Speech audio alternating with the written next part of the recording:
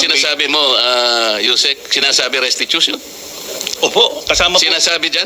Hindi, ang word po dito ay civil and legal obligations. Understood po na ang legal obligations has many sources. Saan ang Kasama gagaling po, ang obligation? The law does not provide restitution in the first place. That is very simple. legal obligation po has a Huwag specific kayong definition. mag-imagine ng argument, Yusek. Magtatagal lang tayo rito. This is very simple enough. Apo. And under You the law. cannot And legal even... obligations You includes cannot unjust use... enrichment. You are adding an opinion and you are supplanting the basic provision of law. You cannot do that. And sabi pa nga natin the spring cannot rise higher than its source. Pero salamat po sa opportunity makapagtanong sa inyong budget as well as your presentation. Mahirap pong debatihin yung statistics na pinresent ninyo let's say the rate of disposition of cases, dispute resolution rate, prosecution success rate, correction programs, etc., especially the outcomes and the benefits that it may have rendered society. My initial concern is how we are able to relate all these programs, these outcomes, these achievements for our ordinary people to appreciate. Like if an ordinary person is hearing our presentation this morning, baka hindi niya masyadong maintindihan. What are the benefits that it may accrue the society in general? Can I walk at night more peacefully and more confidently today because the Department of Justice has presented several accomplishments that may or may not be understandable to him? Can he smile more openly today? Kasi as compared to the last year or previous years, necessarily you achieve more than the previous years. Paano kaya yun? How can we make our ordinary citizen appreciate all this? Para sa ganun, they can relate to what the DOJ is trying to do. Mahirap naman kasing sabihin na, ito yung nagawa namin. But how can the ordinary Filipino appreciate and even understand sa kanyang pangkaraniwang buhay? Opo, maraming salamat po sa tanong niyo, Senator Dante. Basically, ang Department of Justice po, without talking about the mandates of the particular 10 attached agencies, constituent agencies, meron pong dalawang mandato na malaki ang department, ang kagawaran. Ito po yung isa, yung NPS, yung sa prosecution service, at isa po yung legal services. Dagdag pa po dito, yung iba't ibang mandato ng mga batas na itinalaga natin. Kaakibat din po dito yung mga IACAT, yung ibang programs po natin sa OSAEC, OSAM, at yung Witness Protection Program. Pero sa pangkabuuan ho, kaagibat po namin yung may tinatawag po, Senator Dante, yung Your Honor, meron po tayong yung Judicial Justice Zone na ginagawa po, na ang konsepto po, umuupo po ang, dahil bahagi lang ho ang Department of Justice para maramdaman ho ng mga kababayan natin yung pagkabuang epekto. Naupo po doon, Kung tayo pong dalawa ang nag-uusap nito, I can easily understand you. Opo. And as one, I will appreciate all of these programs that Yes, the DOJ has been struggling to do and have achieved over the years. Ang sinasabi ko, yung ordinaryong tao, you have prosecuted so much, for example, compared to the rest of the prior years. Marami kang nakorek ng mga erring individuals now in the care of the Bureau of Corrections. Ang tinatanong ko po yung, paano maintindihan ng tao? All of this collectively contributed in pacifying the restlessness of our people in their communities, lalo na yung medyo palagi yung criminality. So is it possible that we can relate, for example, all this collectively in saying that, ang criminality ngayon po is lower because it is directly correlated with what we have done so far. Yung ganun ba, something that we can tell our people back pag-uwi natin. Kasi maring nakikinig sila, but naiintindihan ko po na gusto rin nilang intindihin how much has been achieved over the years. It may not be so meaningful to them. Yung mga, they will purely stand as statistics. Pero yung mas importante sa kanila yung, ano pala tayo ngayon? Mas ganito pala tayo ngayon. Ganito. So how can we tell them? Paano natin ipipresent sa kanila in a more meaningful way, understandable to ordinary people? Opo, naunawaan ho namin yung barrier na mas maunawaan ng mga ordinaryong Pilipino. Kaya nga po, patuloy po yung pakikipagtaya. Hindi lamang maunawaan, yung ma-feel nila ang difference. Yung maramdaman po. Kasi, let's say, 2025 ngayon, or sabi niya mukhang ang tahimik tayo ngayon ha. Yung maramdaman lang niya na ganun comparing with what happened in 2024. Opo. Diba? Huwag nating isama yung mga calamities. Wala naman kayong kinalamanan doon With or without DOJ, darating ang lindol-titol. Ang sinasabi natin, yung environment ng ating mga mamamayan. Can they compare what happened in 2023 and 2025 so far na yun siguro yung mas hinihingi nila tingnan mo kanya dahil sa nakakapaglakbay na tayo ng mas maayos ngayon, nakatipid tayo ng ganito, hindi na ako naglalakad, yung tricycle, ganito, ganyan. Something that people will easily appreciate.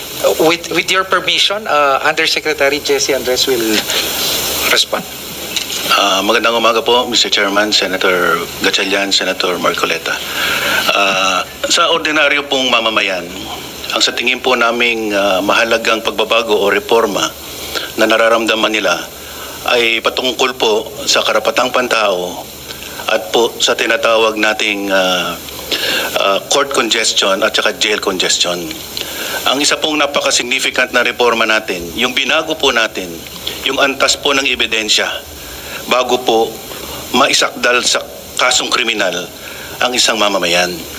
Dati-rati po, ang pamantayan po ng pag-file ng kaso sa mga korte ay tinatawag natin probable cause. Medyo mababa pong antas ng ebidensya yon at ang ating pong maliit na mga mamamayan na hindi po tamang representasyon ay maaari pong makasuhan at makulong kahit po hindi sapat ang ebidensya. Ayon po sa ating bagong pamantayan na inaprobahan din po ng ating Korte Suprema, ang threshold po of evidence is what we call prima facie evidence with reasonable certainty of conviction. Ibig sabihin po, nasa kamay na po ng law enforcement agents at ng prosecutors ang sapat na ebidensya para masakdal ang isang individual bago po siya simulan ng preliminary investigation at eventually ma-file yung case sa court. So napakalaking bagay po nito na ang isang innocenteng tao hindi po madedeprive ng liberty in when cases are filed against them because no longer is probable cause the threshold of evidence but a higher threshold that assures the respect for human rights, especially against deprivation of liberty. At even for bailable offenses, ang masama pong nangyayari, hindi naman po nakakapagpiyansa ang mga tao kapag sila po ay na-charge ng offenses na bailable dahil po kulang din po ang kanilang kakayahan na mag-post ng bail. Kaya po ang dagdag na reforma po natin ay patungkol po sa pagbababa ng bail na hanggang 10,000. Yan po ay napag-usapan sa Justice Sector Coordinating Council at kaya po binaba natin for indigent accused yung bail to a maximum of 10,000 pesos. So mas marami pong mga nasasakdal na maaari na pong lumaya temporarily while the case is ongoing trial. Ang pangalawa po ay tungkol sa jail congestion. Napakalaki pong pagbabago ang ginawa natin sa Bureau of Corrections, especially po sa prison records. Between 2022 to the present, there is an astounding number of releases. 26,000 individuals have been released from Bucor simply because we have now reviewed their prison records and we are now making sure that no one stays incarcerated one day more than what they should be imprisoned for. Dati-rati po, manual po ang review ng mga prison records. Kaya marami pong dapat makalaya na dahil napagsilbihan na po nila yung sentensya nila. Ngunit dahil hindi gumagalaw ang papeles, nakakulong. Tinaga po namin ito manually, and then ngayon po, fully digitized na po ang ating prison records of Bucor. Kaya po, napakarami na pong na-process, na-release ng mga tao. So yun po ang immediate na impact sa taong bayan. Hindi po kayo dapat mangamba na makasuhan dahil po kapag meron lang sapat na ebidensya, doon lang po kayo maaaring kasuhan. And this is in favor of ordinary people who cannot have sufficient representation. At sa jail congestion naman po, napakalaki na po ng improvement. Mr. Chair, sana po magamit nating batayan yung sinasabi ninyo sapagkat hindi naman lahat po merong potential po na pagkakataon na sila ay ma-charge either criminally or civilly, no? Baka hindi rin nila maunawaan po yung ganun.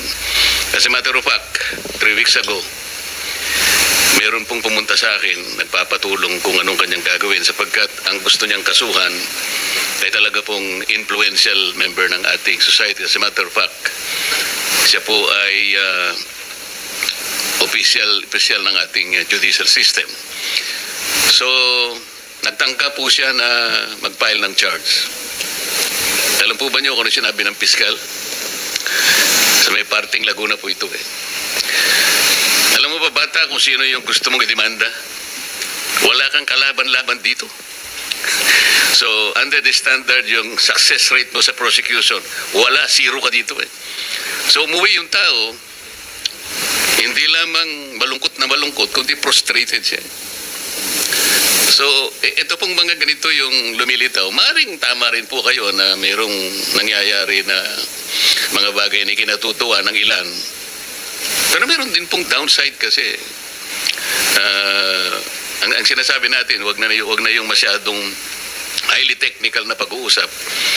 Yun lang ma-feel sana ng tao na kasi po kung hindi naman siya pumupunta sa Bureau of Corrections, paano niya malalaman gaano karami po yung nakukorek natin o ganito. Anyway, kaya ko po tinatanong ito, importante lang na ma-relate po yung Department of Justice sa ordinary na buhay po ng ating mga mamamayan. Yun lang naman po yung kasi po, kagaya po nung sinabi ni ASEC Jermar kanina, ang DOJ ay talaga namang sa yung ating principal law agency sang-ayon sa ating Administrative Code of 1987. Di ba ma'am, sinabi mo kanina? Sa napaka-importante po ng role na ginagampanan po ng DOJ. Earlier po in our work in the Senate, more particularly the Blue Ribbon Committee, this representation as the erstwhile chairman of the Blue Ribbon Committee tried his best to get to the bottom of the investigation. We're talking about the flood control anomalous projects. Ang sabi pa nga namin noon, sisisirin po namin yung baha na yan para makita natin ang mastermind. Napakahirap po ng objective na sinet ng inyong lingkod kasi ayoko naman ng na-pinpoint lang natin. Sabi ko nga, puro sap-sap lang o maliliit na isda. Dapat yung ma-target natin, yung pinakamalaking isda. Kasi siya yung nanggulo ng sistema kung bakit nangyari sa atin ito. And so, I maximize the potential. Naisip po yung Witness Protection Program. Dahil sa hirap po ng pagpipinpoint ng utak talaga niyan, mangangailangan ka. So I floated the idea doon sa 15 contractors initially invited in the hearing. Ang sabi ko sa kanila, well, ano po ito, napakahirap po ng inyong kinasasadlakan ngayon sa investigasyon ito. Unang-una, yung offense po na ating pinag-uusapan is a major offense. Plunder nga po ang mangyayari rito. At least marami pang iba. So, kung gusto po ninyo na tulungan ng Estado, meron po tayong remedyo rito because this is legislative investigation. And under the Witness Protection Program, Section 4, sinasabi niya, kung gusto po ninyo tulungan ng Estado, mahirap po ang gagawin nyo, ngunit may nakalaan pong protection and benefit provided by law. So, nung pinload ko po yung idea na yon, dalawa po yung lumabas yung mag-asawang Diskaya. And initially, he enumerated 17 members of Congress, House of Representatives. Ang nangyari po, kasi hiningi naman nila yung Witness Protection Program, so nung panahon ko po, I recommended that they be processed under the Witness Protection Program. So sumulat po ako sa Senate President, yun naman po yung dapat nagawin. Sa kamalasan naman po, yung araw din na yun, nagkaroon ng coup. So napalitan po ang Senate President, yung naging Senate President, ayaw niya na po. Ayaw niyang ituloy. At dahil nga po, merong sinabi yung former Secretary of Justice, we cannot process them until and unless they return yung kanilang mga ninakaw, blah, blah, blah. So the new Senate President, pinangatawanan niya yun. Oo nga naman, sabi niya, the Secretary of Justice, sabi niya, that's a good policy. Kailangan mag-restitute muna sila before they can covered by the WPP. So paano po? How can we begin to even pretend that we know what to do and to help the state prosecute? Kung sasabihin na kahit na wala po sa batas, ipipilit halimbawa ng inyong dating secretary na kailangan mag-restitute muna. I told him it is not a requirement under the law. But he insisted in saying, well, yeah, it's not in the law, but we can always agree on something like a good policy for the state. Do you agree with him? I agree with the position of Secretary Boying Rimulya, now the Ombudsman. Basically, it being one of the conditions. When we look at this, Your Honor, no, we're looking at on the ultimate objective. Paano yung Estado mananalo at mapapanagot itong mga to. Wala pa pong tapos sa pagpoproseso ng mga nakasalang na nag-a-apply po ng Witness Protection Program. Kasi kakibat po sa pag-aaral na to, kasama rin po yung under the Witness Protection Program, kasama rin po sa pag-aaral ng atin pong prosecution team na yung paano kung pwede ba under Rule 119 naman pagpasok po. Marami pong iba't ibang binabalangkas at pinag-aaralan, Your Honor, at itong mga bagay na to, pwede pa pong makapagdagdag. Ipapasa ko ho kay Chief Dong at ito po ay aming masusing pinag-aralan at ilalahad niyo po yung iba pa pong mga prosesong tinitimbang. Wala pa pong sarado, Senator. Lahat po ay tinitimbang pa. If with the permission of the Senator. Hindi, ang ibig ko sabihin, kung ipipilit na merong restitution kahit wala sa batas, so how can you process the application, for example, of the applicant? Kasi, pag tinignan mo yung, I think the applicable section is section 10. Basahin mo yun, wala namang restitution. So, kung ipipilit natin that somebody should first restitute, doon pa lamang sa title ng batas, Secretary, it is all for the benefit, interest, and protection of the witness. To burden him or her with additional requirement which is not in the law. Hindi ko ba intindihan? How can you agree with that? Your Honor, ang tinitingnan po dito ay yung pangkalahatan. No, I'm talking about the WPP. Opo. What pangkalahatan ang sinasabi ninyo? Ang kailangan po kasi sa dulo nito, manalo po yung Estado laban. Kaya nga, but before you do that, opo, you have to proceed with the process. Yes, opo. So, paano siya mapaprocess? Kung ipipilit po na mag-restitute muna, for example, ano i-restitute niya? How much? Sino magkukompute? How can it be done?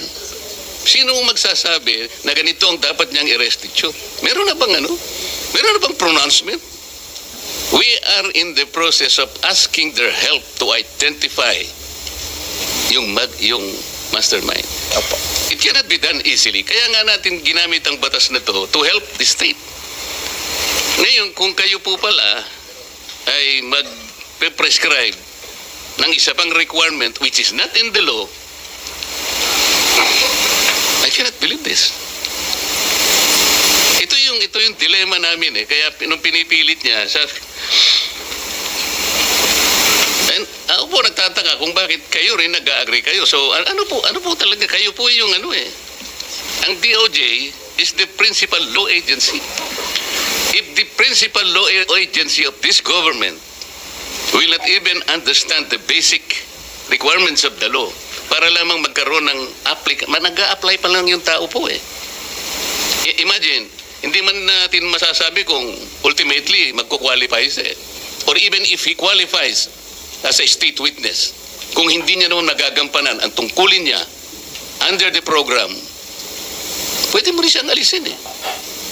So, the point, Mr. Chair, is they cannot even begin to be processed under the law kasi naglalagay po kayo ng requirement which has not been included by law. Sino yung mag-explain ulit? Sabi? May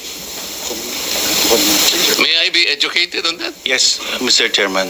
I just wanted to make an attempt to reconcile the debate on this matter. There's actually no inconsistency.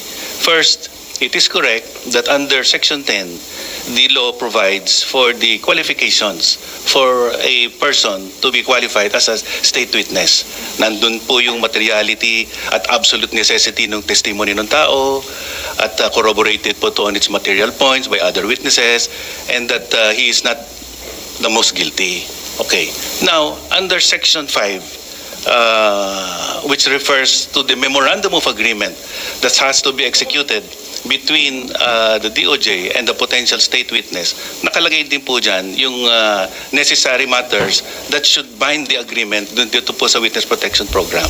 And under Section 5, letter D, nakalagay din po dyan kung ano po yung legal obligations and civil judgments or civil aspect of the case against him. Ang ibig lang pong sabihin niyan, kakausapin naman po siya, maaari pong i-process yung application niya, but under the first statement under Section 5, what specific provision under that law? Under that provision? Section 5 po says that basahin mo. before a person is provided protection under this act, he shall first execute a memorandum of agreement which shall set forth his responsibilities including the following. So kasama po dun sa mga obligations. Ano nga? Ito po, to comply with legal obligations and civil judgments. So doon sa civil judgments po, this refers po to the civil obligation pertaining to the crime. Civil judgment? No. We're saying legal obligations. Ang basis po ng legal obligations. The basis of legal obligation is the law itself. Is the law itself. Which walang includes, nakalagay na restitution. Bakit mo ikokot yung memorandum? Which includes po other provisions of law, including the civil code on unjust enrichment. Kasama po yan. Every law should be read consistent and harmoniously. Paano mo nga with other i-apply provisions yun, of the even law? the civil code? How can you apply? Ano yung i-restitute niya? Alam mo, magkakatalo lang tayo rito eh. The DOJ is in a position to even calculate how much the applicant should restitute before he can be processed under the application. I'm making a distinction po between process and enjoying the benefits under this act. So, ipoprocess na po yan dahil matagal po naman ang paraan para malaman at matuntun ang lahat ng civil obligation. Wala pa nga pong statement whether or not meron nga sila. Wala pa tayo eh. Kailangan po natin makuha ang mga statement ng mga potential witnesses. Kailangan pong evaluate, kailangan pong malaman. Doon sa memorandum na sinasabi mo, Yusek, sinasabi restitution? Opo, kasama po. Sinasabi dyan? Hindi, ang word po dito ay civil and legal obligations. Understood po na ang legal obligations has many sources. Saan nanggagaling ang obligation? The law does not provide restitution in the first place. That is very simple. Legal obligation po has a Huwag specific kayong definition. mag-imagine ng argument, Yusek. Magtatagal lang tayo rito. This is very simple enough. Apo. Anyway, ang sinasabi ko lang Kapag po, ka ba hindi provided ng batas, magiging reasonabling obligation under the provision you're quoting? we are saying that legal obligations is defined under the law. You cannot And legal even obligations includes unjust enrichment. Your opinion will even matter here. That's your opinion. Ang pinag-uusapan natin is the requisite of law. Thus, the maxim expressio unius est exclusio alterius ring a bell to you? Alam po natin yun. Ang So anong sinasabi ibig ko po, sabihin nun? Ang what is expressly excluded is not included. Kaya nga. You are including an opinion which was not expressly enumerated under Section 10 of the law.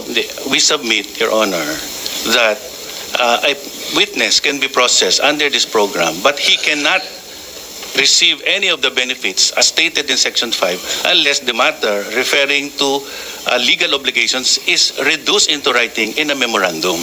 So, Mr. Yan po ang Chair, posisyon namin.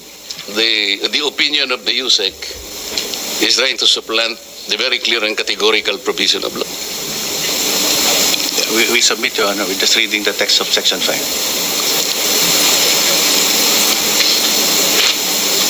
Your Honor, may I also add, we are trying to get to the bottom of the You investigation. are adding an opinion and you are supplanting the basic provision of law.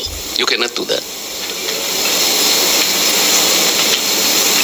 And sabi pa nga natin, the spring cannot rise higher than its source.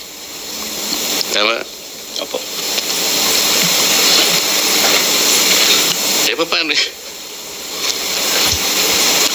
Pati opinion mo, gagamitin natin. Sana wag ganun para hindi na tayo magtagal.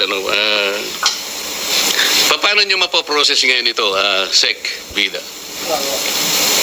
Kung ipipilit nyo halimbawa, tingnan nyo hanggang ngayon, what is the status of the application, for example, of the Discayas? I am not defending them.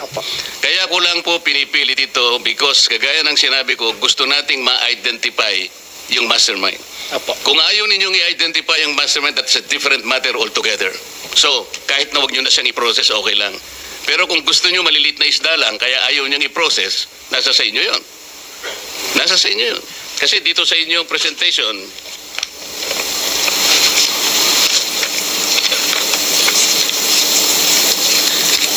yung office ng secretary, yung law enforcement program ninyo, yung percentage of successful prosecution, meaning conviction vis-a-vis acquittal, is 90.14%.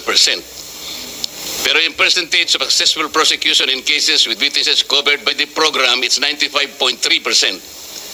And then the third, percentage of successful prosecution in relevant cases handled by the DOJ prosecutors, 80.5%. So dito mas mataas talaga yung success if you will use the WPP. Hindi nga ako, nagtataka nga ako kung bakit averse kayo dun sa pag-process dun sa, samantalang wala namang nilalagay na restitution, ipipilit nyo para lang hindi sila ma-cover ng program. So ano mangyayari sa batas natin? You will insist on an opinion supplanting the requisites categorically provided by law. Hindi talaga makakapaprocess. So pinipili nyo yung gusto nyo i-process. Paano natin? Sila lamang ang nakapag-identify initially ng 17 congressmen. At doon sa kanilang mga testimony, lumalabas na rin ang pangalan ni Saldico and Martin Romualdez. Ngayon, kung ayaw ninyong bigyan sila ng protection under that law, kaya siguro umayaw na sila sa ICI. So what is their status now with the DOJ? Are you insisting that they restitute? How much? How do you compute it? If I may, Your Honor. Oh, yes. If I may, Your Honor, to be consistent, the Department of Justice... No, you are not consistent from the beginning. Huwag mo sasabihin to be consistent. Okay. There is no consistency here. Sige. Magkano ang gusto nyo i-restitute nila in the first place? Okay. Wala pa po sa estado na ganon. So mga tweet, hindi mapoprocess talaga yan. Pinoproseso po namin, Your Honor, yung kanyang application. How can you process the application, Mr. Chair, if you are providing another requisite which is not even written in the law? You are imagining something that is not within the law. You are Department of Justice. Ito yung sinasabi ko sa inyo. You're supposed to be the chief. Pwede ho bang magdagdag, Your Honor? Halimbawa po, sa pagitan po ng pagpapalitan ng statement mula sa witness, sinabi ng isang witness, di ba, kasama ako sa sindikatong ito. Di ba? At dahil sa kumita ako, dito sa pagsali ko sa sindikatong ito, kumita ako ng 10 milyon. Kuwasa ho ba naman hindi pa kukuhanin ng DOJ bago siya matanggap sa Witness Protection Program? Mga practical na aspeto lang po, Your Honor. So ano nga sinabi sa inyo ng mga Diskaya? Na-determine ninyo kung magkano ang kinita nila? Diba? Kaya po, Your Honor... Nakuha nyo na ba? Did they admit to you na sila ay nangulimbat ng ganito karaming pera. I have to explain myself. Yeah, po. Hindi ko dinidepensa ng mga taong yon. Opo. Ginawa ko lamang yon doon sa nalalaman ko na ma-identify natin ang pinaka-mastermind dito. Yun lang, wala nang iba. Opo. Kung gusto nyong ang ma-identify, puro butete at saka sapsap, bahala na kayo sa buhay nyo. Gusto rin po namin, Your Honor. Gusto nyo pala eh. Opo. Why are you putting a requirement that is not within the law? Tsaka na natin sila pag na-prosecute na natin yung mandarambong, na-prosecute na natin yung mastermind. Bakit? Makakalampas ba sila sa civil liability? Of course, the court will, in proper time, adjudicate kung anong dapat nilang isolid sa gobyerno. That is the only time when restitution can be done. Kasi mayroong court order eh. Pero sa ngayon, will you abuse your discretion? Na kaya niyong gawin ito kahit na wala sa batas? How can the Department of Justice do that? You're supposed to be the embodiment of justice. Yes. Mr.